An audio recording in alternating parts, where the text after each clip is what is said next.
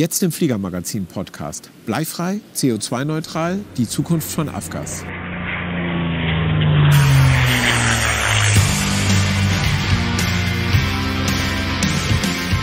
Hallo und herzlich willkommen zum Fliegermagazin-Podcast, dem Podcast von Piloten für Piloten in der allgemeinen Luftfahrt. Ich bin Thomas Borchert, Chefredakteur des Fliegermagazins, und mehr über unser Heft erfahrt ihr unter www.fliegermagazin.de/Heft. In dieser Folge des Fliegermagazin-Podcasts geht es um die Zukunft von Avgas. Bleifrei, CO2-neutral, das sind sicherlich die Ansprüche, die an ein Flugbenzin der Zukunft gestellt werden. Darüber haben wir mit einer Runde von Experten auf der AERO 2023 diskutiert und hier präsentieren wir euch den Mitschnitt. Wir wollen ein bisschen darüber reden, ob es und wie und wann es eine Zukunft von Avgas geben kann, die erstens mal bleifrei und dann vielleicht auch irgendwann CO2-neutral ist. Dazu habe ich 4 Gäste eingeladen, von denen einer nur Englisch spricht, deswegen werden wir gleich auf Englisch wechseln. Aber erstmal bitte ich die Herren erst so der Reihe nach auf die Bühne, und Clemens steht vorne, Clemens Bollinger von Bollinger Aviation Fuels. Clemens, danke, schön, dass du da bist. Und dann haben wir Tim Roehl von GAMI. Welcome, Tim. Have a seat. Stefan Ebert von der EASA, also von der Europäischen Flugsicherheitsbehörde. Der hat das noch nie auf Deutsch gesagt. Ich gebe Ihnen mal das Mikro, aber Sie müssen es teilen. Mit Dr. Michael Erb von der AOPA Germany. Schön, dass Sie alle da sind. Und wie gesagt, da der Tim aus Amerika zu uns gekommen ist, wechseln wir auf Englisch. Ich hoffe, das ist für alle okay. Wenn Sie nachher Fragen stellen, die natürlich herzlich willkommen sind, dann übersetze ich gern. Überhaupt kein Problem. Thank you, gentlemen, for coming. I'll sit right next to you. Please share the microphones. Thank you for coming for this talk about the future of Avgas. And lead-free was my first goal, and then maybe carbon neutral was the second one. But let's start with the first one. That's easier because Tim has brought a solution, I think. So Tim is representing a company called GAMI, and GAMI has developed a lead-free Avgas. Can you tell us a little bit about the status currently in the US and then also in Europe? Testing 1, 2. Yeah. Thank you. Appreciate the opportunity to come and talk about our G100 UL fuel. In September of last year, we received the FAA certification of the G100 UL on all type certificated aircraft and engines, with the exception of helicopters. So every type certificated spark ignition piston engine, which is thousands in the FAA database, and similarly those airplanes. It was a 12-plus year certification effort. With that in hand, we are now working towards developing the infrastructure to manufacture the fuel and begin the distribution of that. Our focus is to first begin the distribution to the state of California. California is currently under intense environmental pressure. They've already banned the sale of 100 low lead in several airports there. Many more are on the verge of banning it.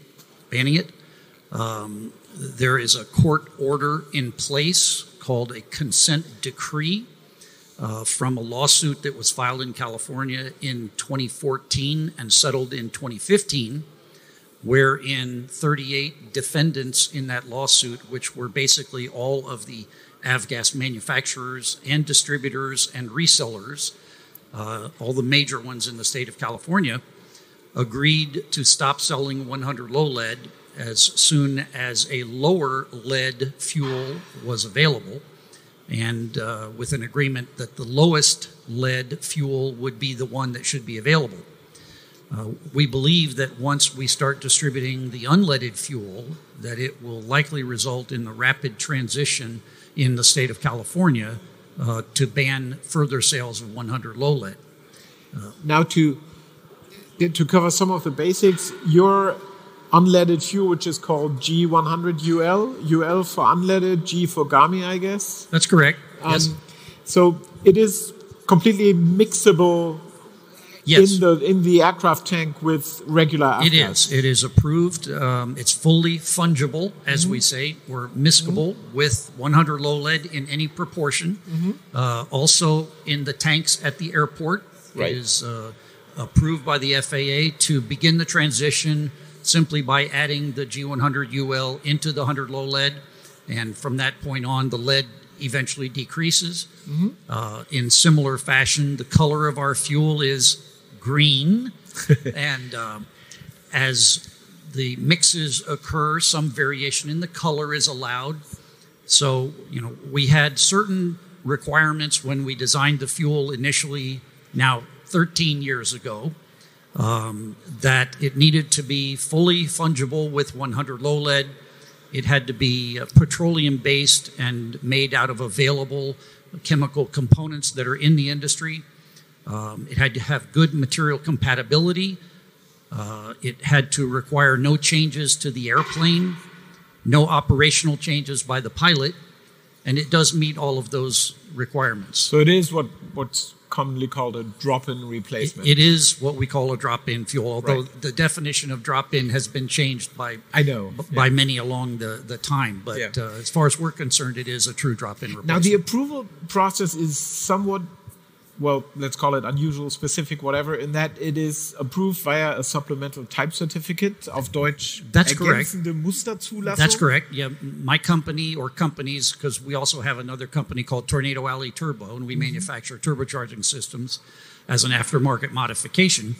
It is and was the singular method for getting a fuel approved when we started the process. We looked very carefully at, how could this be done? And the STC process was one that we were familiar with. Yes. So we very carefully considered going forward with this. The FAA also very carefully considered if this was a legitimate approach. They confirmed that it was.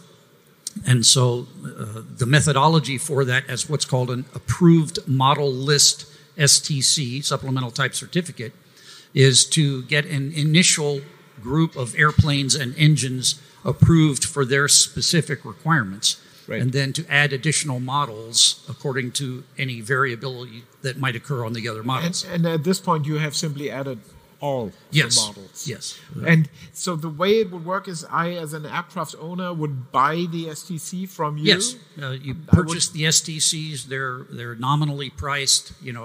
A Bonanza, for example, would be about $500 for the pair of STCs because there's an approval for the engine by serial number and an approval for the airframe by serial number. So you actually And for that I get a nice sheet of paper?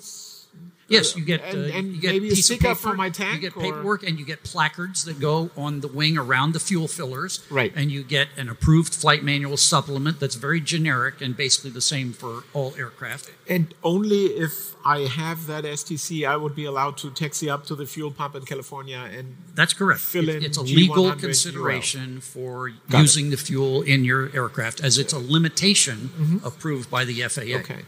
So, is G100 UL currently available at somewhere in the US? Well, yes. So as we've now gone from the certification process to the manufacturing process, we're now learning the ropes of that. In the United States in particular, there's a lot of pressure on both sides of those that want to get rid of the leaded fuels and those that want to continue making and maintaining the availability of the leaded fuels. So there's pressure from both sides. I'm happy to mention that we have successfully negotiated an arrangement with a major manufacturer in the Houston area who has the capacity to make large volume batches of the fuel. They're very engaged in developing this market, and we expect to have the first sizable batches going to California probably in the July timeframe. Okay. Stefan Ebert, there are processes between EASA and FAA that allow for the mutual acceptance of supplemental type certificates. Would this be something that would work for a lead-free fuel? Yes, that's true. We have a bilateral agreement between EU and USA, and by this we are able to validate these SDCs, and if they are considered to be basic, then it's a streamlined process, which is more or less paperwork, so without technical investigation.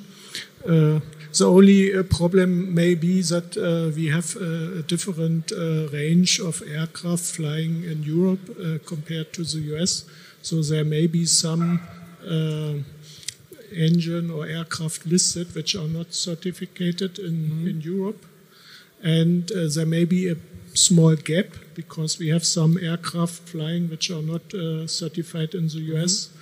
So those need to be addressed in a different way. But in principle, it shouldn't be a problem to validate these STCs. Yeah. And I might add that non-certified aircraft will not need an STC to legally use the fuel in their aircraft. So in the United States in particular, you have a lot of experimental airplanes, and they will not need an STC. Are you already working with the European authorities to? Not really, but we are completing the helicopter airframe certification portion of it, and expect to get that done probably in the next 6 months. At that point, we'll have both the airplanes and the helicopters, and we'll begin the paperwork process to get it approved in EASA. Clemens Bollinger, you have a lot of experience distributing fuel in Europe. Is that something that would work? Is it in the works? Do you know of people that are interested in working with GAMI? I get every day calls, plural calls. What about the future of Avgas? I have a Bonanza, I have a Malibu, I have a Cirrus. How can I fly next year or the years after?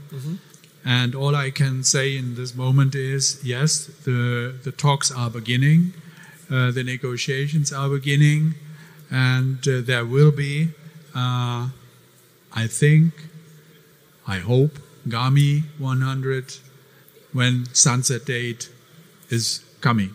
This will be 1st of May 2025. Perfect transition to Michael Erb, because we are on a little bit tighter timeline here in Europe than you are in the US. I believe EPA wants to ban lead in fuel by 2030 or something like that. Well, I don't think the EPA has actually said when they want the 100 low lead banned. But our authorities have issued a date. The alphabet groups are attempting to extend that date to 2030. I see. The EPA is currently soon to issue what's called an endangerment finding on the use of lead in avgas, and they've said that will happen in 2023. Okay. So sometime later this year, we expect the endangerment finding to be published, and that will set the guidelines for exactly when the EPA intends to ban 100 low lead. Okay. And they will do that through the FAA, as the FAA has the responsibility to implement the ban. Right. What's the situation on that in Europe, if you could sum it up for us? It's slightly different. The European Chemicals Agency, which is located in Helsinki, it's a close relative to EASA. They both belong to European Commission. They started a process which foresees that until, I think, November this year, all manufacturers, suppliers of avgas or of substances containing the lead, the TEL, tetraethyl lead, need to ask for an authorization to continue using that chemical substance, in our case 100 LL, after the deadline of November 2025. So I know that there is an initiative by fuel manufacturers in Europe to continue using the Avgas 100 LL after the deadline, and they are in the need to produce this application until November this year. And then we don't know if there will be a deadline coming, that the prolongation, I don't think it will be unlimited. There will be a certain time limit in there, and if we can achieve it to have the same deadline as in the United States, which is more or less agreed. I don't know if it's formally, legally formal, but it's agreed. Not as yet, as I understood, right? But they're aiming for the year 2030, and that would give the industry enough time to have the certification issues resolved, including the helicopters, as I understand, as you just described. And then you could create the required distribution chain and build up all the logistics for the distribution of the fuel.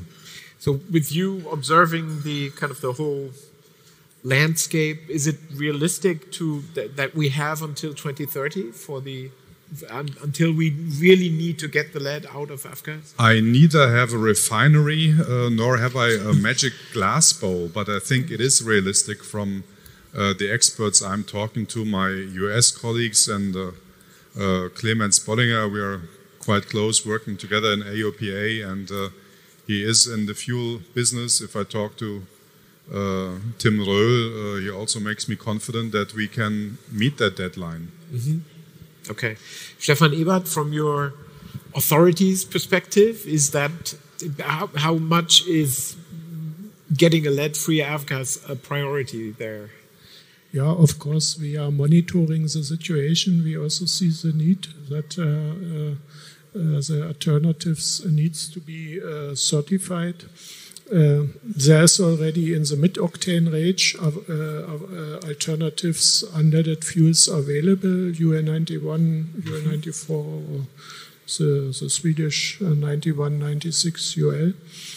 But for the high-octane fuel, we still need to do our certification work. But we are prepared for it, and for sure it's also a high priority item as we see the need to support this transition. We also do our best in supporting the industry with regard to the authorization for the tetraethyl usage after the sunset date. Unfortunately, we were not successful in the first step to get an exemption from this REACH Annex 14 authorization request, but at least we hope we can get this authorization, also supporting the position from the industry from our point of view, to ensure that the transition can be made in a timely manner and not to in order to avoid interruption of fuel supply. Now, Tim, for my next question, you may be the right person to ask because you're from the US and you observe the US market. You may be the wrong person because you're partial to the process. But is GAMI's fuel the only game in town?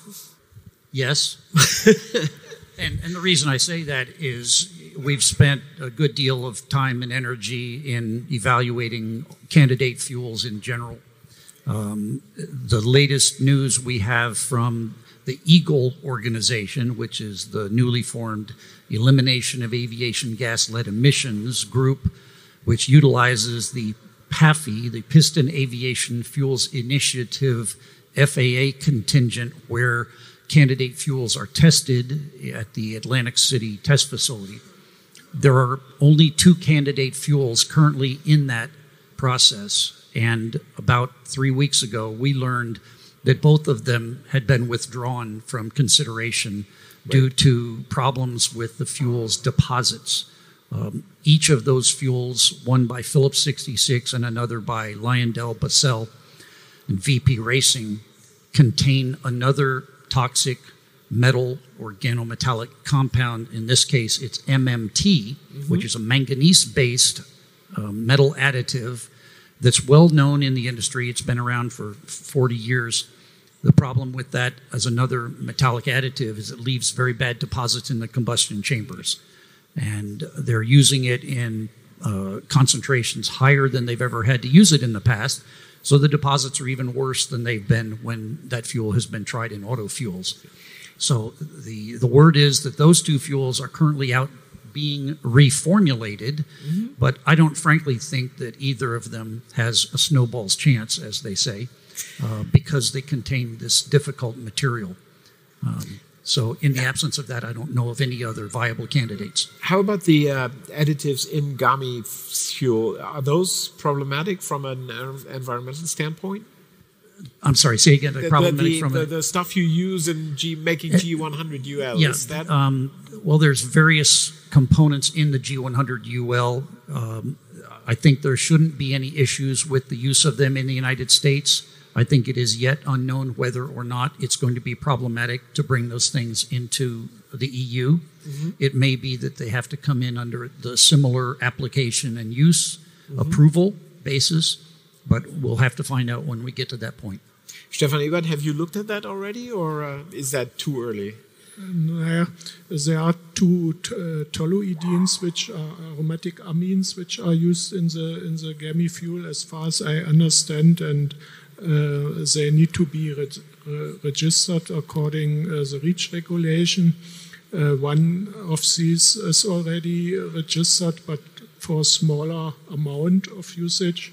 The other component, this paratoluidine, needs to be registered yet. But at least with one of the component, it should be easily possible to introduce it. So assuming we have until 2030 and we do see a kind of a silver lining on the horizon until then to get the lead out of Avgas, Michael, how much pressure until 2030, which is still 7 years out, will be on general aviation to then get carbon neutral and to have a CO2 neutral fuel?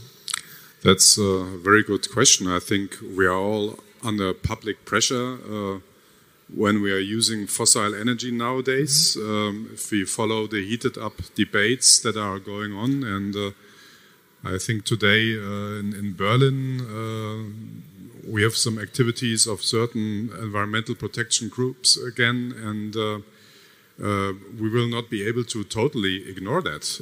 And the sooner we can find a sustainable replacement for our today's fuels, the better. But we all don't know how the political processes are going to develop. But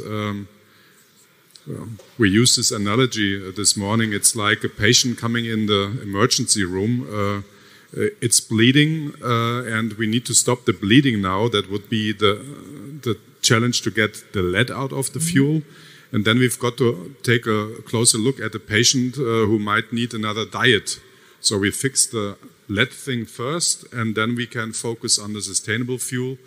And as we see that the airlines are going strongly to sustainable aviation fuels, then I think in their slipstream we might also get something that can help us. And also in the automotive industry, we are now aware that there will also be for piston engines a sustainable fuel offered.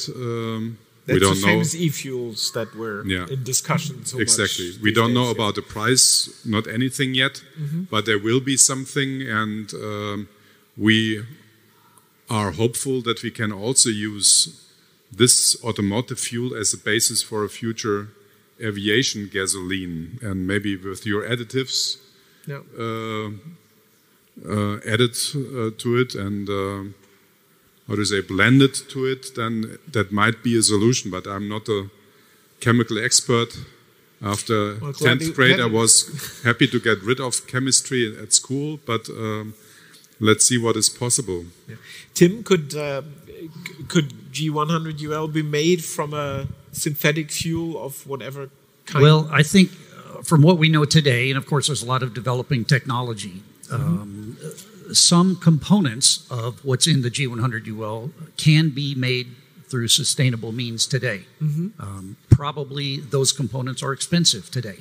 So as Dr. Erb said, step by step, first let's get a fuel that works, and then we'll see if we can make it sustainable. How much of a topic is general aviation becoming carbon neutral in the US? It is just raising its head, is how I would say. I think people have a realization that the problem right now is lead, and we need to get rid of that. But eventually, probably there will be enough pressure on it being a fossil fuel to have to be dealt with. Same question to you, Stefan Ebert. How much of a topic is it in EASA circles? In our circle, of course, the majority of activities is related to the jet fuel area, where sustainable aviation fuel is seen as at least a short to mid-term solution for the commercial aviation. Of course, we don't have to forget the general aviation, which is a bit under the focus at the moment, but it may change. And as Tim said, the first step is to get rid of the lead, and then we have to go to synthetic fuels. Yeah. Clemens, same question to you. Yes. How many calls do you get about that? Not daily, but weekly. Requests for SAF on smaller places, like this morning, two times at our stand, and calls from business aircraft places. I don't mention the names. Who would be more than interested to have and they want to buy it, regardless of price. Regardless of price. Okay. You know, so it's not only rising the head in Germany; they are always standing. Let's say. But that's more regarding to kerosene, to Jet A. Yes, kerosene mostly. Yeah, sorry. Yeah, of course. Yeah. I would like to open the floor to questions, if that's okay with you guys. And I have a microphone here. Also wenn jemand eine Frage hat, dann würde ich sehr, sehr gerne loslegen. Und da hebt sich auch schon eine Hand. Hervorragend.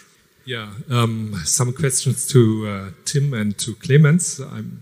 You might know Thorsten Hauschild from Lanxess.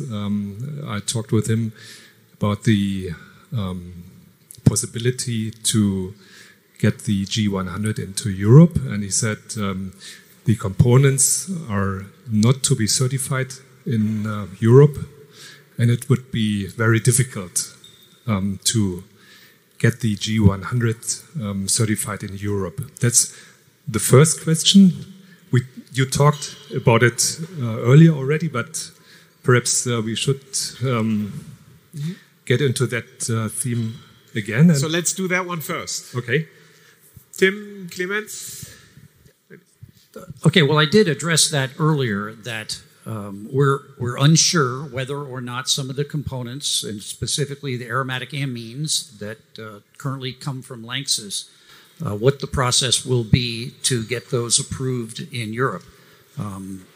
We're well acquainted with Thorsten, and we believe that it's important to get the G100 UL fuel working in the United States, have good experience with its use, and then to make application for the use of it in Europe, specifically for aviation. So that combined with an attempt to extend the date to ban 100 low lead so that we have time to deal with these issues.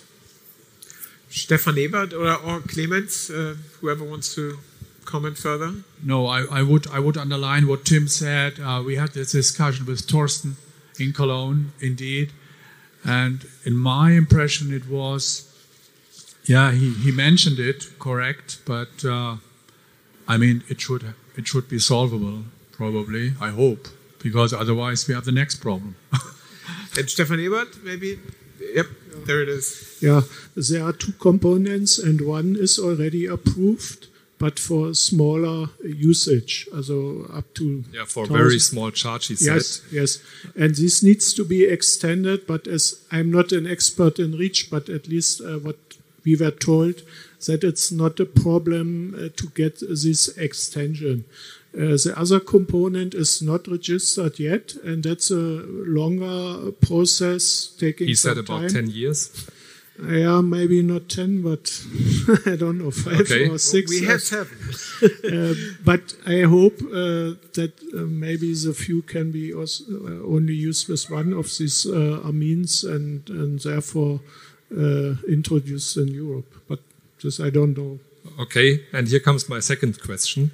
I heard that nobody wants to produce G100 G100 fuel, because the technical issue, building a new production on that is too big an issue that nobody wants to produce it. That is inherently false. We have been engaged with several producers. We've got one lined up who is ready and willing to produce it. They can produce it in large volumes, so we're talking millions of gallon batch sizes. They can turn those batches at least once a month, and this is just for starters. We are engaged with one of the current manufacturers of 100 low lead, who is looking at making this fuel hopefully in 2025, and they don't have reservations about that. And it doesn't require really new processing facilities to be built. This fuel, in fact, can be made outside of a refinery by blending the components which are available in industrial scale. I mean, we make it on the airport in Ada, Oklahoma, and then have it conformed by outside laboratories. So, Clemens, you would produce the G100 here in Europe? Let's say I would buy and resell it, but yes, well,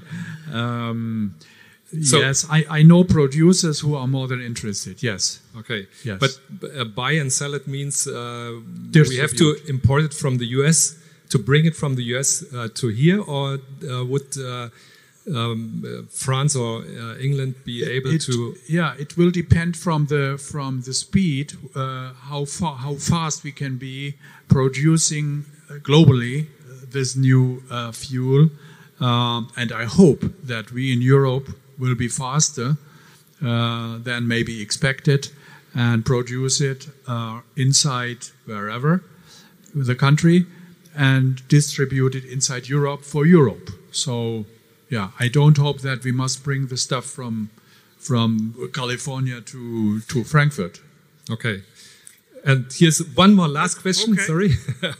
The sunset date, the prolongation, as I know, is only for 3 more years. So we would face 2028 as end of Avgas at the end.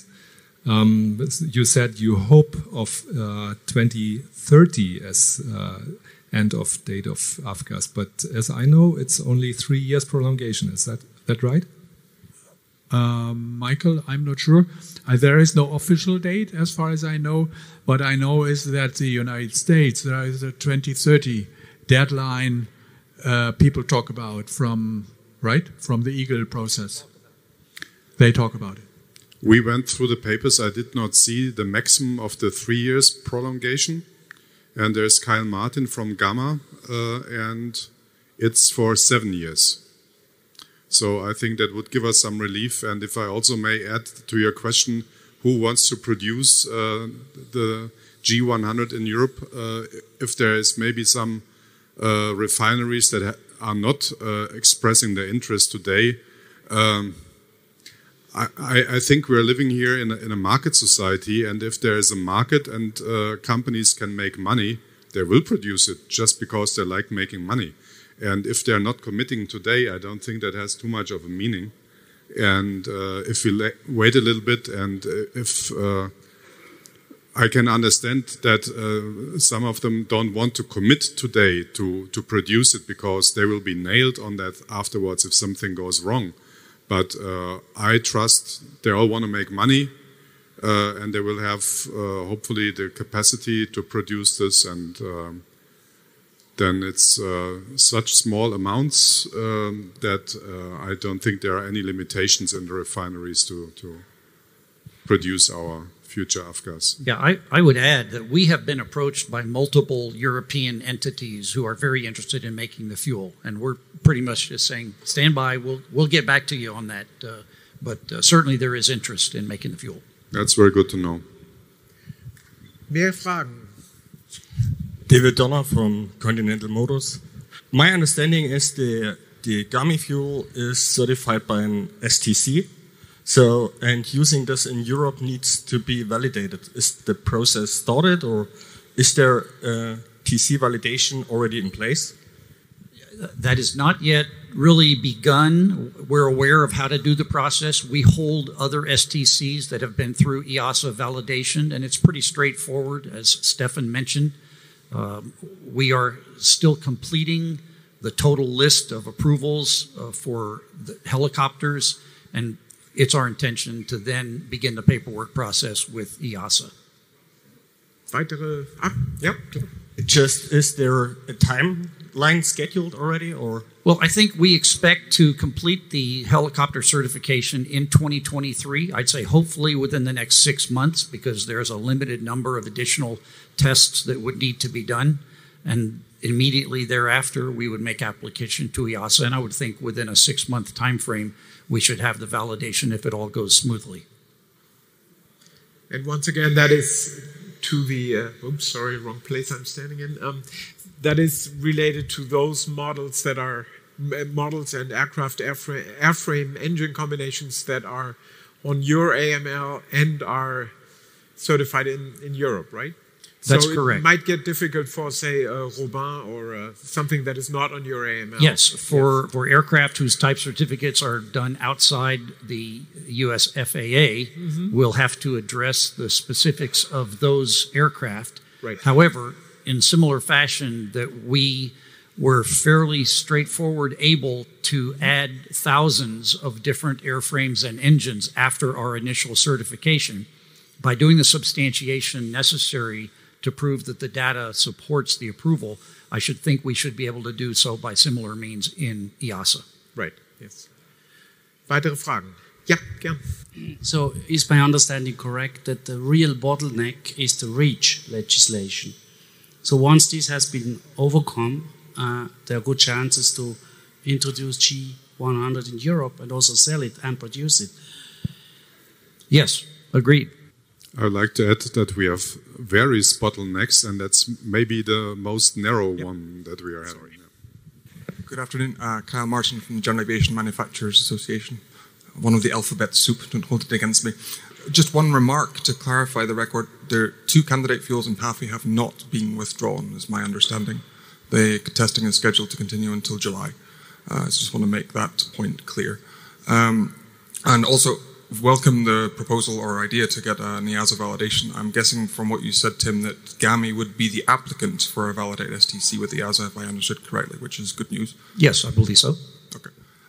Second question then is, the standard approach for fuels approval has long been the ASTM fuel standardization process, and that's kind of how the fuels are referenced on TCDSs, how the quality is controlled at fuel farms and delivery systems. How do you propose to overcome that or find another way of doing that with a fuel that's designed to proprietary formulation? GAMI's fuel, as approved by the FAA, contains a specification that is essentially similar to an ASTM specification. It's defined by ASTM specifications, much of them the same, those that work for 100 low lead. We realize that those ASTM specifications are a document of commerce. They define what the buyer wants to purchase, and the seller knows what to make, and that is the beauty of those specifications. And in similar fashion, the G100 UL specification is very detailed and actually has additional constraints on it outside of those that control 100 low lead today. So it's a very state-of-the-art specification. It's been looked at by major corporations that make 100 low lead today, and they don't seem to have any problem with building the fuel per our specification. Weitere Fragen? Okay, I'm missing one question, so I'm going to ask it. How much is it? Well, I think we believe that the price will be comparable at the time that the pilot gets to purchase it. The raw materials in the fuel are slightly different than what one normally finds at the refineries that make 100 low lead. Mm-hmm. You know, tetraethyl lead is an amazing chemical, and a little bit of lead goes a long way towards improving the octane. As such, most aviation gasoline is made with a base alkylate and some other components to establish the vapor pressure, that when you then add the lead, you get to a 100 motor octane and 130 supercharged octane rating. If you simply take the lead out of that fuel, the remaining fuel would have about a 94 motor octane, and that's just not going to satisfy the needs of the fleet. So The G100 UL works very well. Any further questions? Gibt es noch weitere Fragen? Ich laufe gerne nochmal los. If not, thank you very much, gentlemen, here on stage. Thank you. Final comment from Michael? Maybe one remark. We all want to get rid of TEL, the lead substance in our fuel, because of environmental reasons, but also because it's a risk, because only one factory in the United Kingdom is producing the TEL nowadays. So if they would close down their production for whatever reasons, I was told it's quite an old production line, and after a fire, re-establishing it would be extremely expensive and probably not worth it. And finding somebody on the market today, hey, would you like to produce some lead additives, is not really easy. I think that's a mission impossible. So in order to assure that we will have an Avgas in the future, we need to get rid of this lead, because this is the one-point failure in the whole system. If they would close down, maybe, well, I already talked about the environmentalists, if they would put some pressure on them. I hope I'm not inspiring anybody, but we really need to avoid that, and we need to go the next step. And maybe we are already 40 years late in that somehow, but we need to fix it now. Thank you very much, gentlemen, for being here on stage. Vielen Dank für Ihre Fragen, für Ihre Aufmerksamkeit. Schön, dass Sie dabei waren. Schöne Messe noch an alle. Das war der Fliegermagazin-Podcast, unser Mitschnitt von der Podiumsdiskussion auf der AERO 2023. Schön, dass ihr dabei wart. Vielen Dank fürs Zuhören und bis zum nächsten Mal.